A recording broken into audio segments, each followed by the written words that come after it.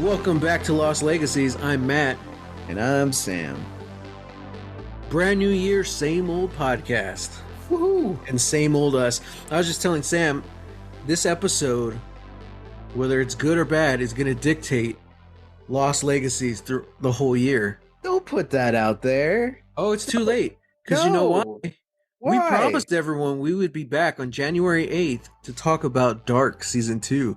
And we've already lied to them. Listeners, man. we're not talking about Dark Season 2. We're going to hold that off till next week, unfortunately, because we realized we got a lot to talk about. This is the first episode back from the holidays, and yeah. So, Happy New Year's, everyone. The year of lying, I guess. Oh, no. Lying Lost Legacies. All right, Sam, how's your holidays? They were fine. I was sick for most of it. Yeah. Yeah, I got sick like the Wednesday before Christmas. Mm-hmm. And yeah, I just got progressively worse and worse through the weekends, like pretty much right up until like Christmas Day. Christmas Day, like I bottomed out, so everything was fine for the most part. I just was really like draining a lot. But my wife got sick a couple of days after I did, so we were just like, well, I guess we'll just be at home. Yeah. You know? Yeah. Yeah, man, everyone was dropping like flies. Just, for there's so many things out there right now. COVID is still hitting people. Mm-hmm. And then in addition to that, we got the flu, we got the cold, Mm-hmm. and the variations of all of them. Like, it's crazy. Yeah. It was a weird Christmas. This was the first Christmas of my life where I was the youngest one there. Oh, wow. So it was just very weird. Because also, we have cousins who are off starting families and have little ones now, Mm-hmm. but they were getting sick too. So like everyone kind of just like everyone who was sick just kind of stayed home, Yeah. So it was probably like the smallest, most low key Christmas we've ever had, and I don't know, man. It was just that on top of like just the season, like this year in general was just it was a weird holiday season for me. Yeah. I always wondered what people were talking about, and I never really understood it until this year. But I think I now know what seasonal depression was. I'm like, this sucks. Because it's my favorite time of the year, and I was just like, I don't know, man, just so kind of out of it, And then on Christmas, like my brain kind of broke because I guess we didn't have everyone there. So even though I was surrounded by family, it was still just very lonely, Yeah. And I don't know. And this time of year, it's all about like self-reflection and thinking about what's going to come next year, And self-reflection is not my thing. So it was a very like just tough holiday season. And then like once Christmas was over, it kind of got better, and like I had a great New Year's. It's just, kind of heartbroken because I feel like, Christmas is my favorite time of year, and it just like came and went, and like I feel like I didn't really get to experience it, if that makes sense. Yeah. So yeah, that's what I've been doing last couple of weeks. Wow. So, but now I'm kind of in the headspace like, hey, next year, whatever happens, I got to take steps to combat that seasonal depression if it comes back, So Yeah. whether that's forcing myself, to do Christmas things with friends or family, or even if I'm just by myself, still make sure to take the time and do holiday things because I know the joy that brings me. And I'm really regretting that I didn't do it this year. Yeah. So yeah, so all of that on top of the fact that it's so weird because we're adults now, but I still have we're raised in the American school system. Mm-hmm. So like that's like indoctrinated into our heads. So I'm thinking, man, this is gonna be a great holiday break. I was like, oh wait, I get like 2 days off. So I didn't do anything I set out to accomplish. Yeah. I'm still working on getting our dark episodes onto YouTube. So I'm hoping they're all up by the time we start season 2 on this show. Oh, cool. Cool, So cool. that's the plan. We'll see. If not, it'll be like a week or two delay. So, Nice. so other than being sick, what did you do this holiday season? What anything fun? Anything exciting? No, Watch a dude, lot of movies? I worked. I Yeah. worked same as you, you know? Yeah. Yeah, I got like an impromptu like 4 day weekend. You know, Yeah. actually, no, I think it was like 5 days because I didn't go to work on Friday. Yeah. And then the So weekend and then you have 2 days off. yeah, But you were yeah. sick for all of it. Yeah, I was sick for pretty much most of it, you Yeah. know. Yeah, I don't know. Yeah, just Yeah. watch some movies, but it like That's what I was that. gonna ask because I know you and Kat are always like watching Christmas stuff. At least compared See, to me, the last couple of years. I think this year was like the first year we didn't really watch a lot of Christmas things. We watched Mm, like Home Alone, the second. Oh, yeah, we watched the second Home Alone. Um, we watched Batman Returns. I think that was it. wow. Uh, and Yeah. Cat's review for Batman Returns was I thought that was fine. It was I liked it when it was campy, but I didn't like any of the blood. Mm-hmm. And I was like, yeah, okay, no, that's fair. That's fair. It's a pretty dark Um, movie. yeah, I just yeah. saw an interview of Danny DeVito and talking about how the monkey on set attacked him, Oh, dang. and yeah, like it went for his crotch. And thank God he was in the penguin suit because it was full of pads because it ripped like a chunk out of his crotch. Oh, The dang. costume. Yeah, And I'm like, oh my God. man, Ugh. Yeah. that's wild. Yeah. Yeah, I didn't watch any of the Christmas stuff. I'm kind of tempted to still watch something like this weekend. You know, this is kind of like uh the end. I think the Epiphany is tomorrow? Friday? Maybe, It's the 5th, maybe. right? Yeah, I think it's tomorrow. So we'll probably be taking stuff down this weekend. Oh, But okay. so although wasn't a lot of Christmas stuff, did watch a little bit. I'm gonna start with the positive stuff. Doctor Okay. Who. I Yeah. friggin' loved it, man. Came back. So for the 30th or for the 60th, I'm sorry, the 60th anniversary, they had 3 specials. They brought David Tennant back as the 14th Doctor. Hmm. Uh, it was awesome. Also, dude, like there was a time in our life when like Doctor Who was the priority, you know? Yep. Like it was like our main show. Hmm. And it just felt so good to feel that way, especially because they bring back Tennant and they bring back Catherine Tate, Hmm. and it just felt so good. You know, I'm like, wow, it had been a long time. Yeah. And then Russell T Davis is back, you know, doing the writing and stuff. It was awesome. I don't want to say anything because of spoilers, but I highly recommend it before you have anything spoiled because it was really just a cool, fun time. In addition to that, they did have the Christmas special with the new Doctor 15. Absolutely loved this man. Like the second he steps on screen, you're like, yes, this is the Doctor, and it really seems like they're going back to like the more maybe like positive is not the right word, but like the less traumatized Doctor, because Hmm. that was a big thing during the Tenet years. And then once they kind of solved that problem, Stephen Moffat came up with a new problem, you know. Yeah. And then when they solved that, I feel like Capaldi was the only one not weighed down by trauma.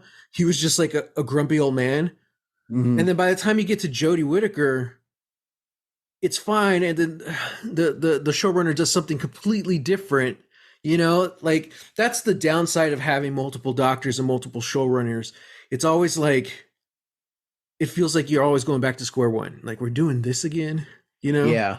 Yeah. So it really seems like they're starting with a fresh slate, brand new doctor, brand new companion. She's great too, and I love their chemistry together.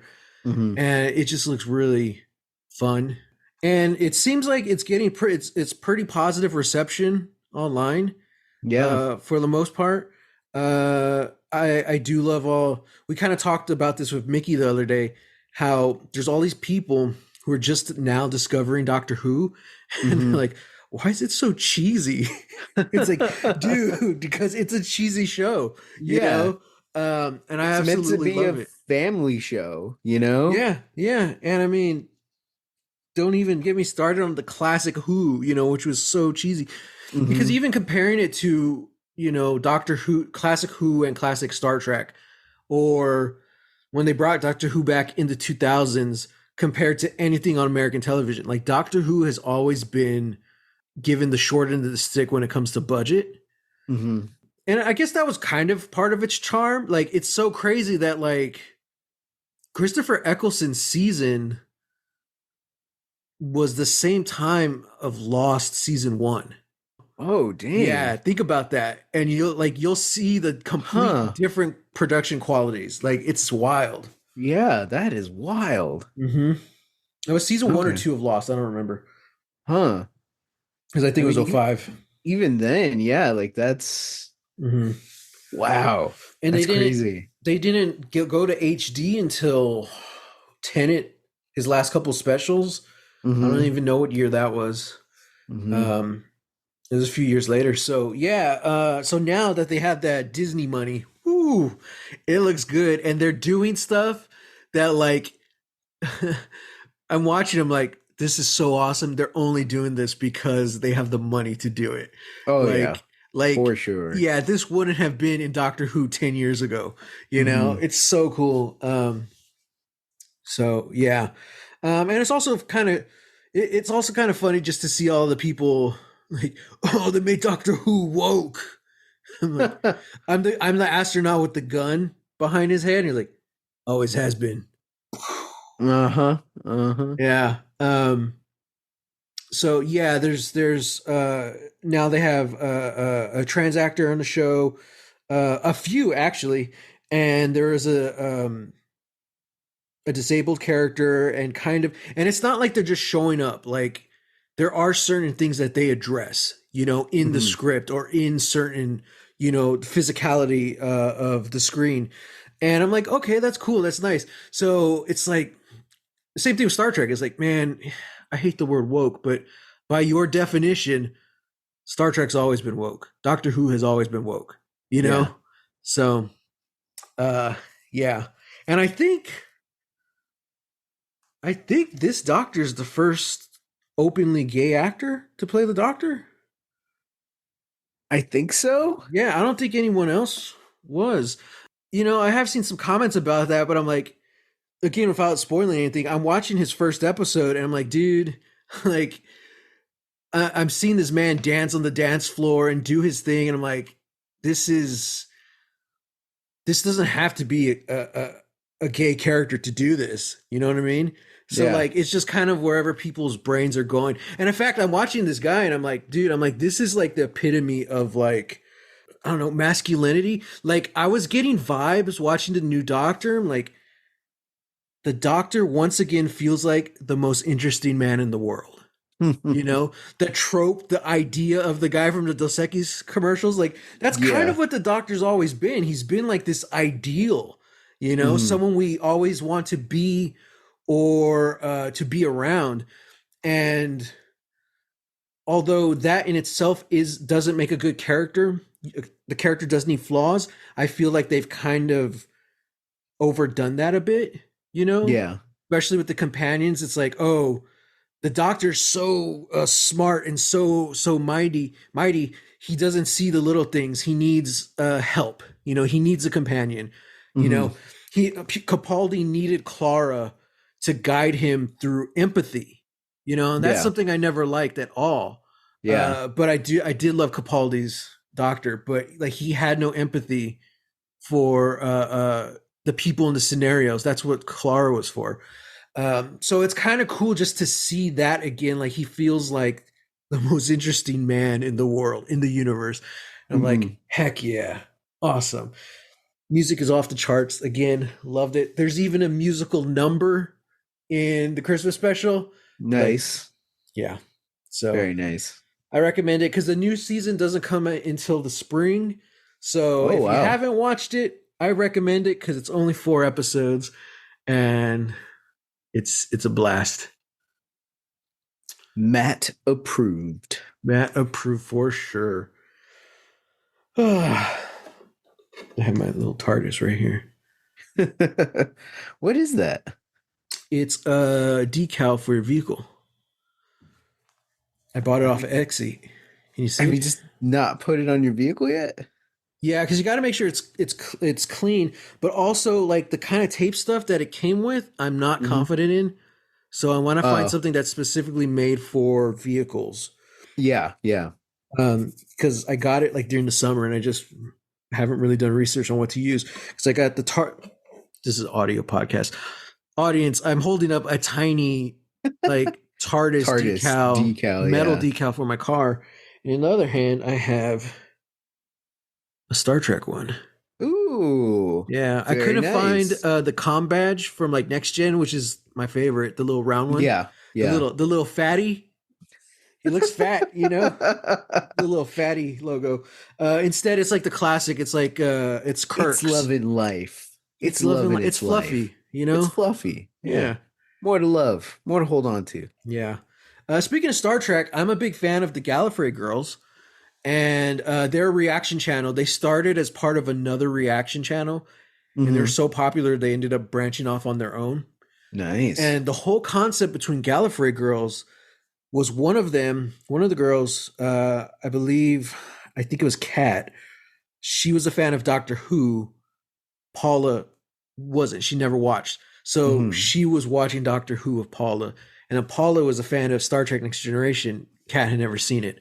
So they're watching both shows at the same time and reacting. And it's pretty cool.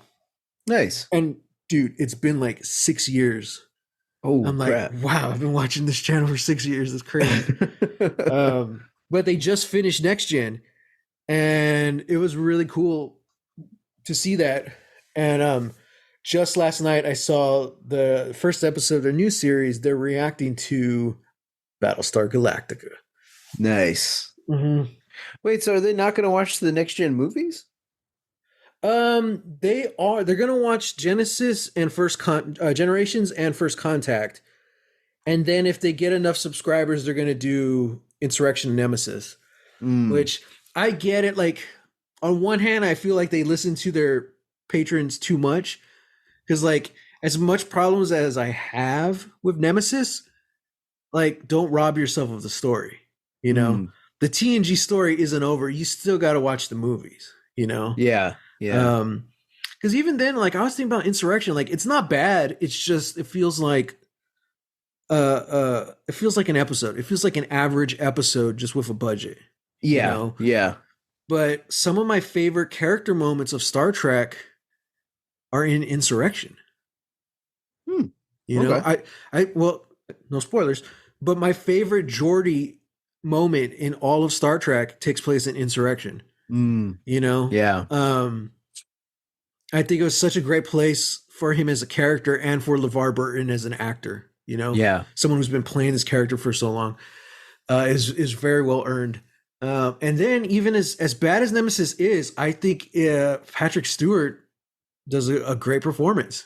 You know, Mm.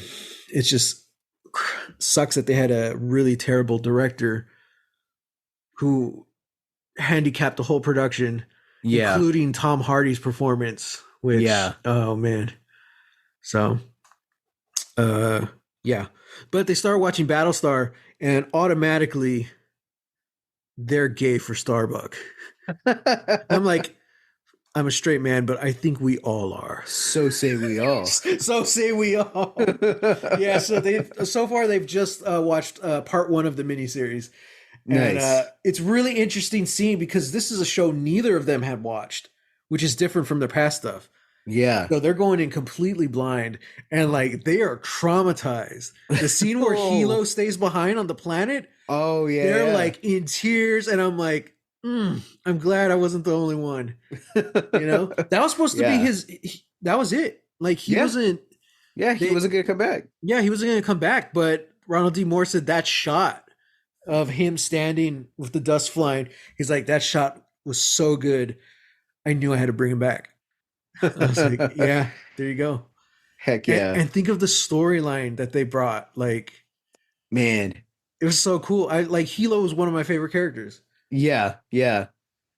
That's crazy. There that reminds me, so like, Marvel's What If season 2 has come out. Oh yeah. Hmm. And yesterday I saw online there was it was What If, but it was about Buffy. And so Mm. everybody was doing like what would be like your what if story for Buffy. Hmm. And so that just made me think of that. It's like, oh yeah, like what if Hilo never came back? Spoilers for people who haven't Yeah. seen Battlestar Galactica and are watching with Gallifrey Girls. Um, but yeah, I That think that I think that would be interesting. it's interesting because of how tied into Boomer story he is. You Yeah. know? So really like that's kind of the genius thing about some of the Marvel what ifs is that like it's sort of about like another character making or not making a choice, Yeah. and then we get to see how the rest of the stuff unfolds. So Yeah. like if Hilo just isn't there for Boomer, like whatever happens to him on a planet on the planet happens. If he's just not there, then how does that change Boomer's whole story? Yeah. You know? Well, like I don't know if it would change Boomer's story, but for sure it would change Athena's story. Yeah. Big time. Uh Yeah. oh man, yeah, I don't know. I just don't know. But I mean, it kind of works too. I know people are like, "What are they talking about?" But now I'm just thinking about Battlestar because like Starbuck was good. I'm pretty sure. I don't think they sent Starbuck back just to bring Hilo back. Like they would have found a way. You know what I mean? Sure, sure. Like I think. I mean, unless I don't know because that was such a big storyline. Starbuck going back. Yeah. Um, and of course Anders is there, and yeah. Hmm. God, thinking about doing a Battlestar rewatch I know. We're now. I'm talking like, about it now. I'm just like, God, I'm gonna queue it up and go watch it right right? now. I'm like, it's Like, so man. good. Oh. And just from that first part, that first episode alone, Adama's speeches, Hmm. like the Gallifrey girls were talking about, like you could see that on modern television today, and it would be good. I was like, yeah, I don't think sure, but what I'm thinking of, like, my God, what I would give to hear an American politician give this speech in Yeah. 2024. That's Yeah. what I'm thinking about, Like, man, I want my president to give that Adama speech. Like, well, it might not really work, but like the speech he gives, like, do we deserve to survive? Yeah. We had to do what we had to do to survive the war, but do we deserve it? I'm like, oh man, it's such a gut punch, especially with everything going on in the world right now and Hmm. everything that has gone on in the world since Battlestar ended. Yeah. It's never stopped being relevant. Yeah. Oh, I texted you earlier and you never got back to me because you were working. I get it. But if Ronald D. Yeah. Moore made Battlestar Galactica right now, 2024, who would you Hmm. cast as Starbuck? You sent me that, and I have just been like racking my brain over it. I'm like, I have no clue. Yeah, I don't even really want to like entertain any ideas to that. Just because like Katie Sackhoff was perfect Katie Sackhoff was perfect. and relatively unknown at the time. Yeah, yeah. And I think the casting is just so singular because Yeah. I don't think it was their intention to go in and gender bend a character who was, a guy in the original. Hmm. Which I know the original actor had a lot of not great things to say about that. Yeah. Um, but like you can't deny just how good Katie Sackhoff is in the role, and Yeah. like fully just making it her own thing, Hmm. and has come away from that as, like I think Katie Sackhoff Starbuck is one of the best characters in TV history, Hmm. in science fiction. Yeah. Like I think yeah, so really it kind of just comes down to like who's in the audition room, Yeah. Who's like who is there, like who's standing in line, If you're Yeah. still stay standing in line, Hmm. that's yeah. I was just thinking about that today, how Starbuck, even even because I was reading the comments on that first video, and people were saying like, uh what this show does really great is it finds the balance of making you love a character, and then several episodes later hating them, Yeah. and then several episodes later loving them again. I was like, yeah, like they're fully formed characters, Yeah. like they feel real, and like we're all complicated like that. And this, I was gonna say despite, but I actually think because of all of Kara Thrace's flaws, that's what makes her one of the best fictional characters ever. Yeah. She is self-destructive. She is a drunk, you know? She Hmm. doesn't think she deserves happiness, so she's gonna destroy it, so she doesn't ruin it. You know what I mean? It's so what's the word I'm looking for? Like I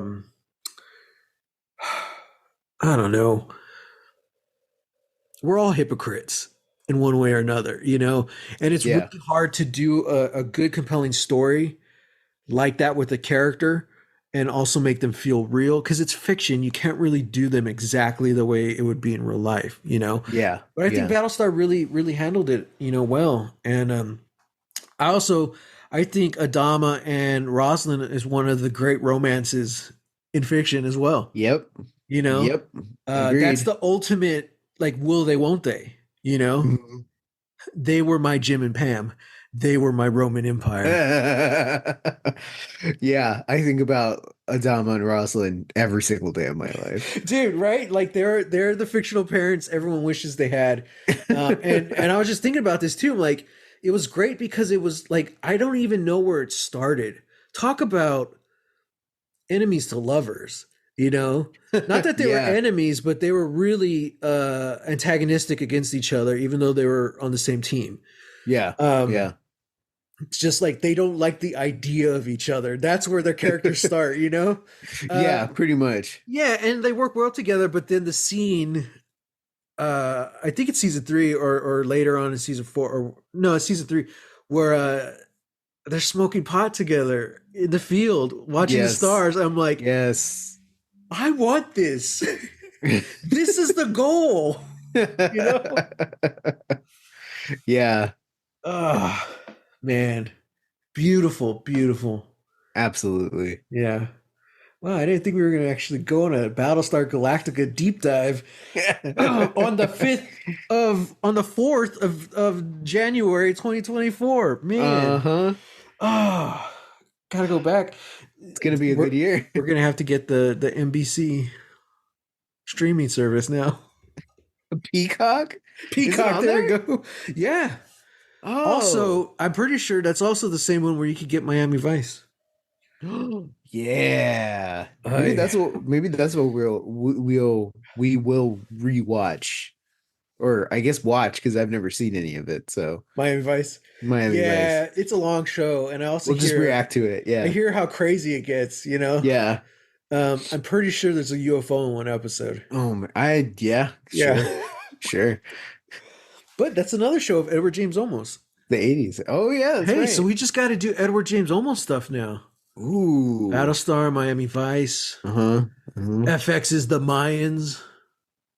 Oh, I didn't know he was in that. Okay. Yeah, yeah. Yeah. He plays the main guy's dad. Blade Runner. Hmm. Speaking of Blade Oh, Runner, that Hans means I Zimmer have to. said, what were you gonna say? I was gonna say, that means we have to watch the Green Hornet movie. Oh, God. I remember I didn't hate it when I watched it. Maybe I will now. I don't know. Um, Hans Zimmer was talking about how Denny Villeneuve called him up and said, "Hey, I want you to do the score for Blade Runner." And he's like, "I can't. I'm leaving tomorrow on a plane. I'm going to do my tour." And he's like, "So, but they talked on the phone, and he kind of convinced him. He's like, "All right." So we wrote it all in a night. It's like, oh crap. What? Yeah. I was like, Jeez, damn. I mean, man. it's a good score, for sure. But I'm like, Yeah. oh wow. Oh, that's wild. Yeah. Hans, you Hans. Booby. booby. Uh That's one I didn't watch this year. Oh, but I did watch Die Hard 2. oh, interesting. Yeah. Yeah, yeah. I don't really. Oh, I think the reason was because no lie, like I was scrolling through Hulu and I saw that they had all of the diehards. And I was Nice. like, "Oh, huh. Okay." And I didn't have anything to do that morning. I'm just trying to get ready for work and I'm like, "Yeah, I got like 30 minutes. I can watch the first 30 minutes of Die Hard 2." So then Yeah. I'm there and I'm in it. I'm like, "This is good. This is solid. This is a good movie. Yeah. I dig it. Yeah. It's yeah, sure. It's not as great as the first one, but I think it's great." But then of course, Hulu, yeah, and streaming services being what they are, like just as I'm getting ready to like, okay, now I'm gonna queue up Die Hard and go watch it. It's nowhere to be found. Oh, Can only yeah. buy it or rent it. And I'm like, well, I Yeah. guess I'm not watching Die Hard. It's so weird that like I don't own that one, but hmm yeah. What did I watch? Because I just rented something. What was it? Damn, I don't remember. I saw something else through the holiday. Oh, Expendables.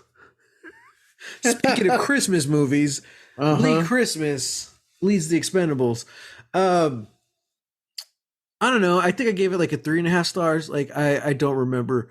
Okay. Was it as bad as everyone said? Yeah, Probably. probably. I think the main thing was here's the thing. The Expendables films have never really been known to have good scripts or good dialogue, True. but when it's coming from the classic action heroes, it's okay. It works when it's coming from Stallone and Dolph Lundgren. Yeah. It's when they start, for some reason, they keep trying to bring in a younger, fresh cast, which is Yeah. the complete opposite of what the Expendables franchise is, and it just doesn't work. I'm Yeah. sorry. 50 Cent isn't a good actor, at least not in this. Like, I enjoyed him in Den of Thieves, but Hmm. like they're giving him these lines about like an honorable death, and I'm like, it's not working, man. You're not that guy. You're not that guy, pal. Uh, Right? and it's just like, I don't know. Like Megan Fox's character, like she was okay. I really had no complaints. And her character does play a role in the plot. So I understand why she's there. I don't understand why 50 Cent is there. Mm. So um yeah. But yeah, it's just a little stuff like that. The CGI was terrible. And I mean Mhm. terrible. If we were just rating this on CGI alone, I would give it 1 star. Whoa. Like I don't know what happened with that CGI team.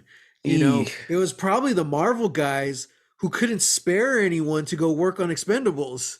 You know, Probably. like the critics compared it to a mobile video game. I was like, yeah, yeah.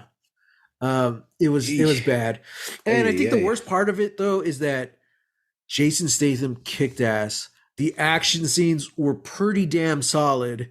Mhm. And it just sucked because the rest of the movie like didn't hold up. And it's Mm. like I think if they had a better director and better CGI and maybe another run at the script, I don't know. But because essentially, like it turns into like a Die Hard on a shipping freighter. Essentially, it's basically most of the film is Statham running around this boat killing bad guys. I'm Yeah. like, I dig. There's a scene where he rides like a motorcycle with machine guns attached to it through the halls of the ship, killing everyone. And I'm like laughing my ass off, having the time of my life, forgetting how terrible the rest of the movie is. I think what makes it so bad is like how good the action and stunts were, and then Yeah. you get everything else. So it's like, oh man. Yeah. So, but I mean, I'm pretty sure franchise is dead at this point because it did not make its money back at all. Yeah. RIP what could have been. But at least I enjoyed it. I had fun with it. Yeah. Kind of similarly, I'm just going to bring it up. I know we're not going to talk about it because I know your feelings on it, but yes, listeners, we did watch Rebel Moon. Let me say this. I think I gave it like 3 stars. You gave it 3 stars. Sam gave it 1. I'm sorry. I gave it 1.5. Oh, he was feeling merciful. Uh-huh. Um, it's really hard to defend this movie. I've been trying. I don't know anyone other than myself who enjoyed it. Uh, it was all right. It was fun. I was gonna say it looked great. Parts of it looked great. The cinematography was great. CGI, it was hit or miss.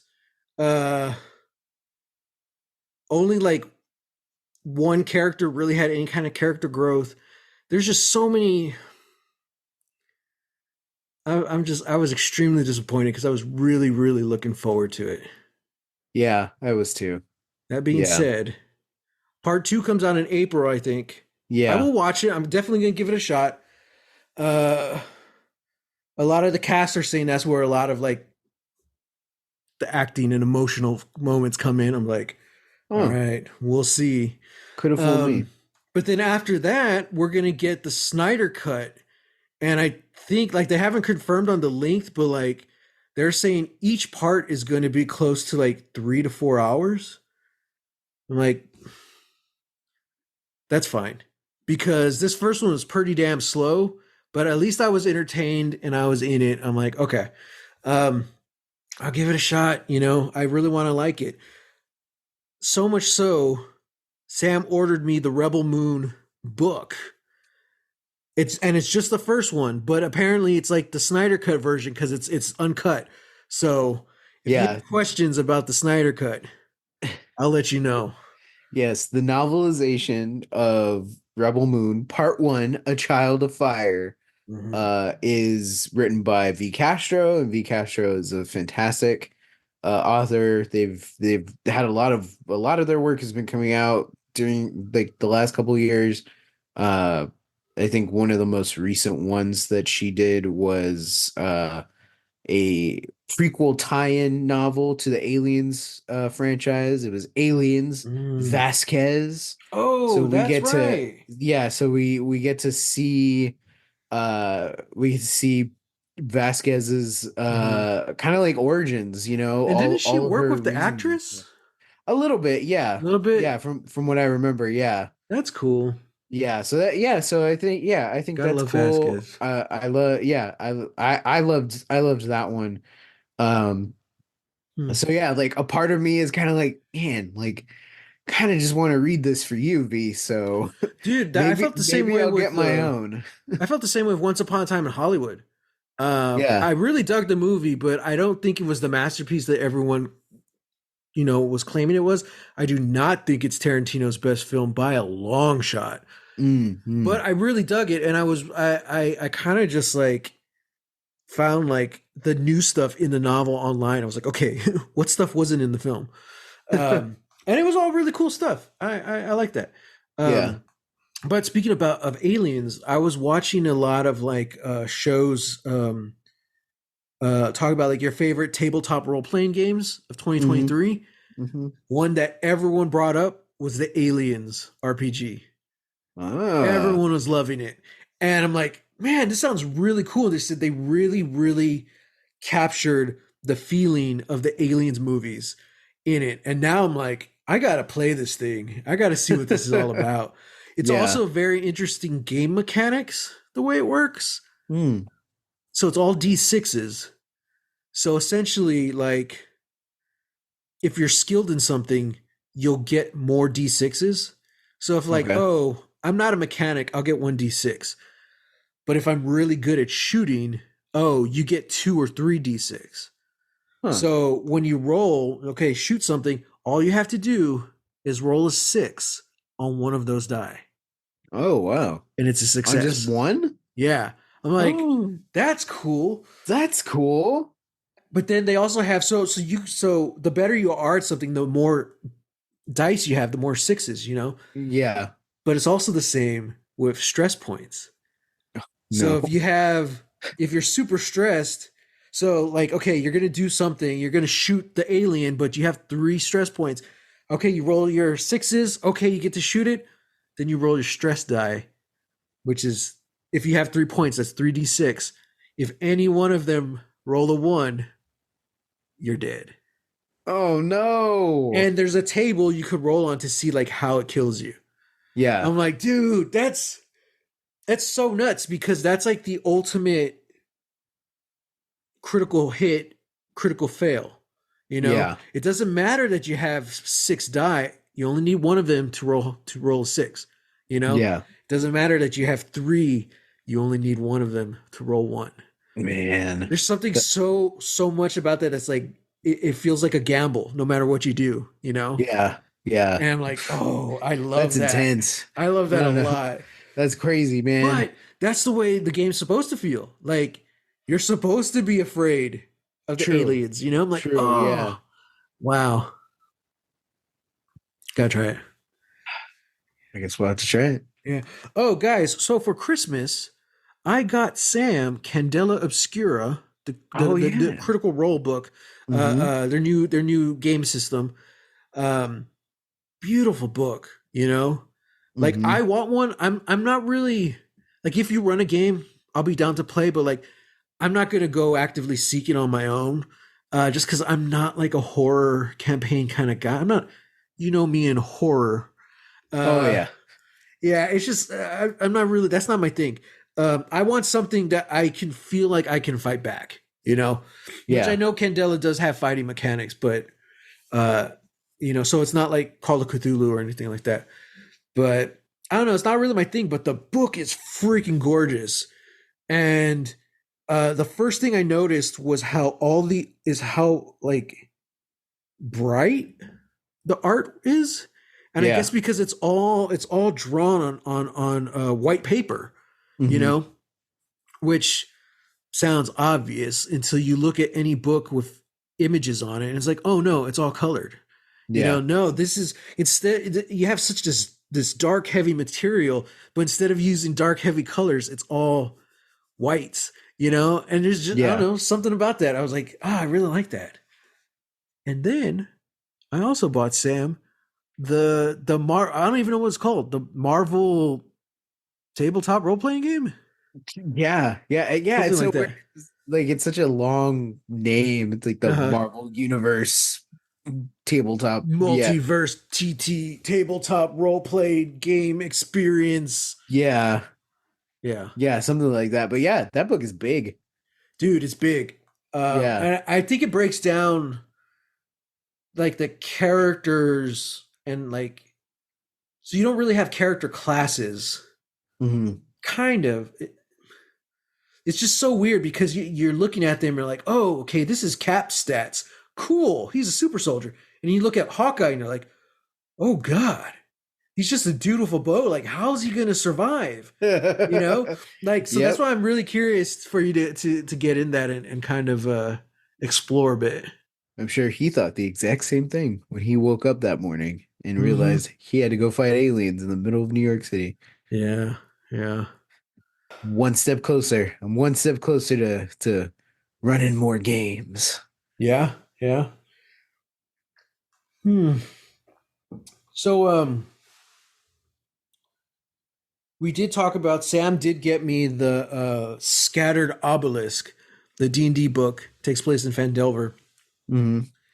Fandelver is a location that they keep going back to very brilliantly, I might add, because of the starter kit, which is the first thing I bought when I got into D&D, and a lot of the first things a lot of people buy because it's very small rule book. It's just the basics. It comes with dice. It's very simple. I don't think you could buy it anymore though. But the adventures take place in Fandelver. Mm. Mm. That Mm. exact same adventure is in this new book, chapters 1 through 4, and then 5 and on, it's a newer, higher level adventure, and darker that you can get into. And now instead of starters kit, they have the essentials kit, which is like for newbies. Those Uh-huh. adventures take place around Fandelver. So it's like all of this story and adventure in this one spot. And I've been homebrewing some stuff on my own uh, because we're really trying to get my dad to play D&D with us. So I've been instead of like creating out my own storylines and stuff like that, I thought it would be easier if I just run an adventure.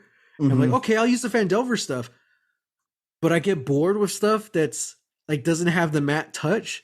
So I ended up homebrewing most of the Fandelver stuff. The So Matt's touch. I should have just come up with my own damn story. It probably would have Wow. taken just the same amount of time and energy.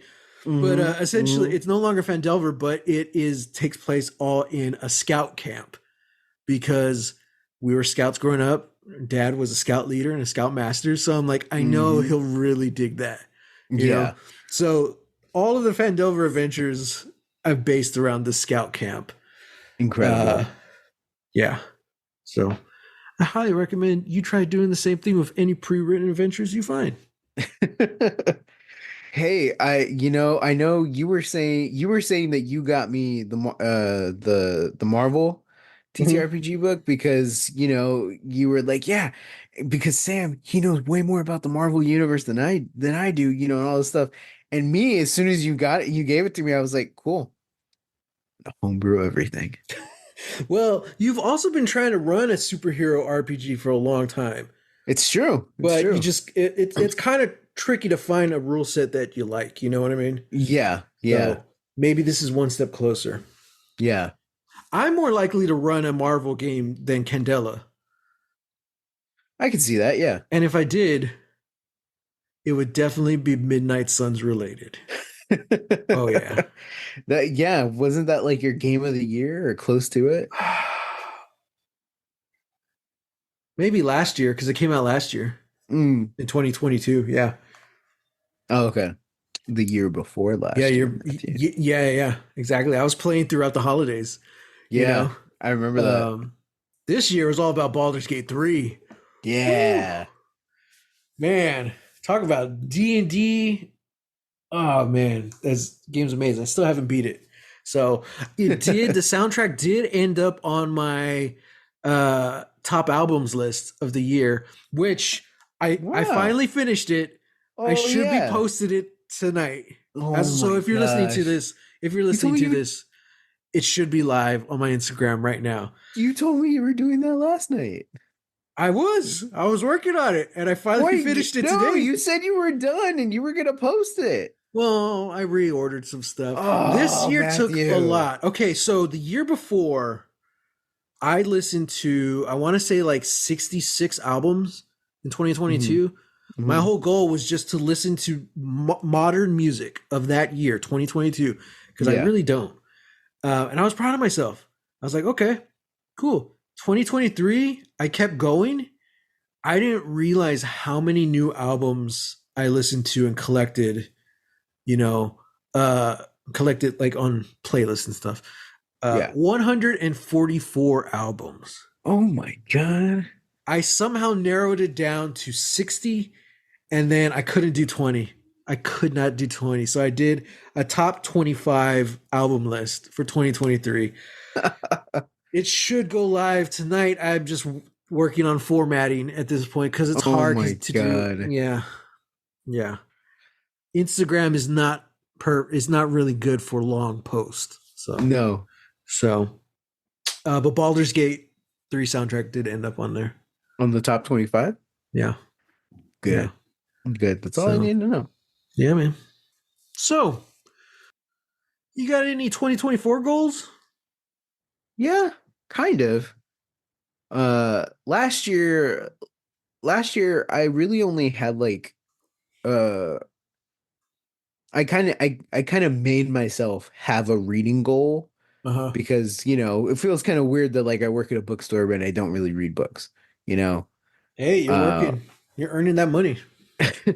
No, that's true. That's true. But, it's like that's part of the job, if I'm ever out on the floor, how am I going to recommend somebody something, and then Yeah. it's like, well, I don't want to be the guy that's like, oh, I only read the classics, whatever. Like, no, I want to keep up to date, but I want to read stuff that I want to read. Hmm. So my goal last year was to read one book a month. And especially because I've been uh I think last year kind of broke my reading slump. I was in like a 3 or 4 year long reading slump Hmm. where I just wasn't really reading at all. Um so I gave myself a goal last year to read one book a month. So I was like, I can manage that. That's 12 books. And then I come away with 12 books that I read. I Hmm. beat that goal and I read 20 books. Not bad. Not bad. Not bad for, for well, not like first timer, but like getting back into the swing of things. Hmm. Like, yeah, like For a first time reader. first time reader. Yeah. No, no, it's just yeah, so that was really my only goal this year, not trying to like set a goal again. I think just having like that as a baseline, like, hey, one book a Yeah. month, 12 books, I think Yeah. that's good. But yeah, just to like, just to do more and like kind of focus on like the stuff that I really want to do. Yeah. I really want to write, and that's been kind of a weird thing right now, but I got a few projects simmering right now, so I'm just going to try and put myself headfirst into those. Hmm. Um running more TTRPGs, playing more D&D, Yeah. all of that. It's like I want to do things that bring me comfort and joy, you Yeah. know. So, Look, yeah, that's my man, goal. we're animals. We Yeah, need positive reinforcement. We need treats and rewards. exactly. So if you read one book a month, or when you get to 12 books, go to Pizza Hut. Just like when we were kids. You read X amount of books, you get a free kids pizza. You know? Hey, that's true. Yeah, Yeah. go I buy might yourself a just do pizza. that. Yeah. If you But read if you read 24 books, 2 books a month, buy yourself a PS5. It's the same thing. hang on now. Hang on. The price difference is just a few zeros, behind the Oh, decimal. Well, yeah, yeah, like yeah. Those zeros kind of add up though. yeah, So, yeah, yeah. wow. So, yeah. Cool. Yeah. What about you? What goals do you got? Man, I don't know. I guess more music. That was not my goal for last year, the year before, but I just naturally like started listening. Like my thing for 2023, I started in January. I was like, man, I'm really like I just want to listen to punk, and I Mm, did. I listened to a lot of punk last year, but I was so surprised with how many new albums I found at the same time because mm, 2022, like every Friday, I was looking at the new releases on Spotify. I was checking Pitchfork every week for like album reviews. I was like actively looking for new music. 2023, I wasn't, and I more than doubled my listening. I don't know how it happened. oh It just wow. found me. Yeah, and I loved it. I was really surprised by my top picks. I was like, holy crap. Uh, spoiler alert, Olivia Rodrigo did make the list. Hell yeah. Yeah, and I'm kind of excited to Good. see like where she ended up on. She did pretty good. And I think it's something, I don't know, maybe it's just because like you still have the mindset of like, well, it's still kind of young, kind of like pop punk kind of. So like I was still like thinking of like, okay, it's high on the list. But the more I started listening to the other music that I really liked and I was trying to put them in an order, like that album kept her number kept going lower and lower. I was like, dude, Oh this might wow. be top 10 albums. Like, Nice. yeah.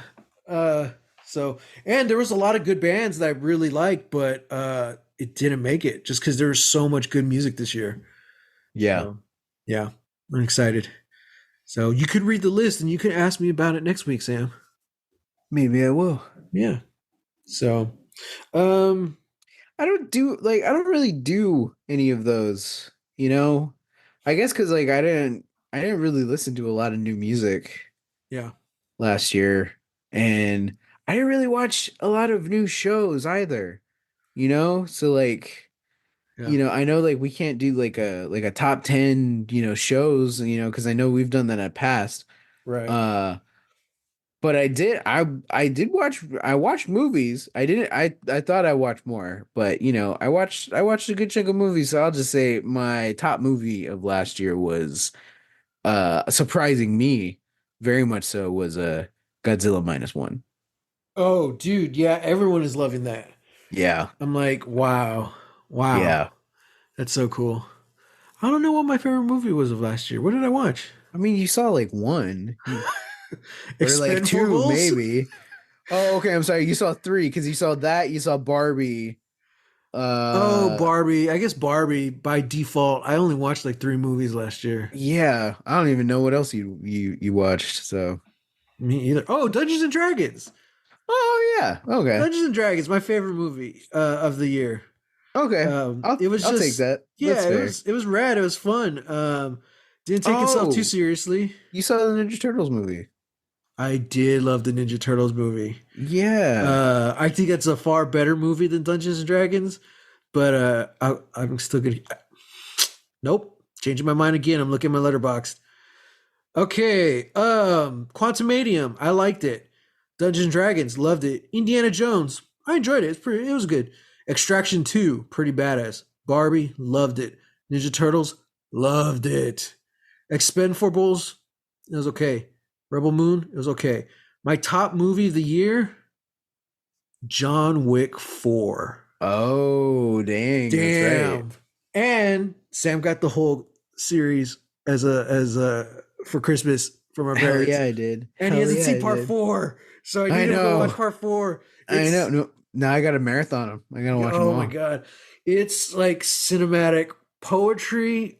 My god. I don't know how they're going to do part 5. Like I don't know where's left to go. Mm, Like I guess we'll they've have to find reached out. perfection, you know? So, I don't know. Maybe they'll do. I don't know. Go I have all beyond. faith in them. So yeah. All right, guys. This has gone on super long. Uh. I don't know what else to say. I had a whole thing. We were going to talk about Fortnite, but that's a whole other thing. If Oh, yeah. Okay. if you play Fortnite and you love it, or if you don't like Fortnite, I highly recommend you go play Lego Fortnite. That's what we were doing with Mickey and Amy the past couple weeks, building forts. It's a blast, guys. I absolutely hmm love it. hmm Um, yeah, Lego Fortnite. Oh my god, can't believe it. Yeah. Yeah, um, yeah. Other than that, anything you want to say before we wrap up, Sam? Uh, it's a new year. We're back. Heck yeah. Hopefully we've got a lot of cool stuff headed your way. Oh boy. I guess Yeah. that's kind of my resolution. Just do more Cool stuff. yeah. I'm not acting, I'm not really doing art, so like, if I want to make something, so I might as well make content. Uh Still figuring out putting Wow. dark up. Yeah, we're content creators. Um Oy. I feel like this right here is content. Something like cinnamon and oatmeal, I would consider that more of like the art because we're actually telling stories. Okay. So, you That I can know, agree with. Yeah. I yeah. was gonna say, don't you dare use those bears for content, you son of They're a. branding, Sam. We're using them No, for the clout and no, popularity. I refuse. We're using them for the likes. Oatmeal will strike. He um, found out what that was this year, and he will do it.